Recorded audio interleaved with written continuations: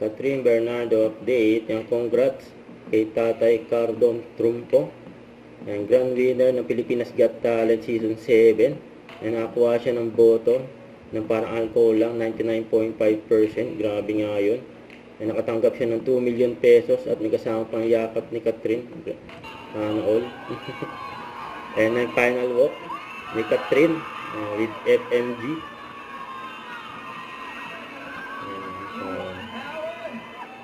Final showdown ng Pilipinas Got Talent.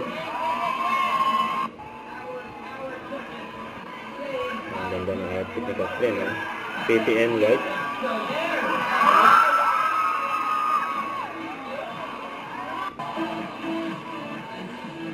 Mga mga mahal sa mga performance si Catherine, sa grand final.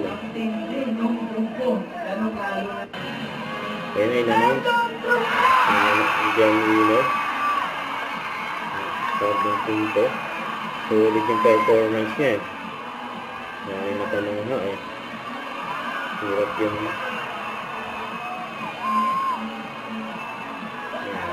congrats.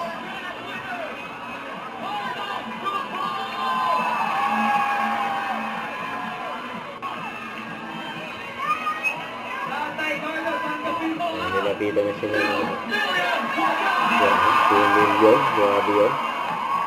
May kasama pang yakap ni Catherine. Congrats. Tatay Marlo, our grand winners of PCT Season 7, Tatay! Anong umiikot sa isipan ng puso mo ngayon? Maghanap ko lang pero po, may dogat na binigay mo sa akin, Lord. Ito at inyong lahat, maraming salamat!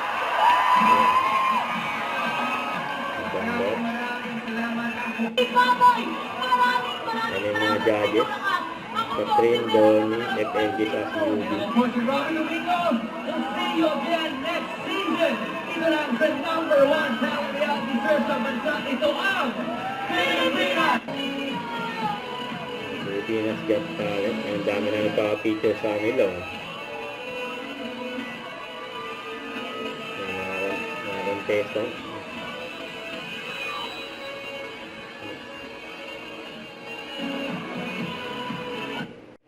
Don't forget to subscribe, click the notification bell for more updates. This is Victor Reaction Live. Stay tuned for more videos.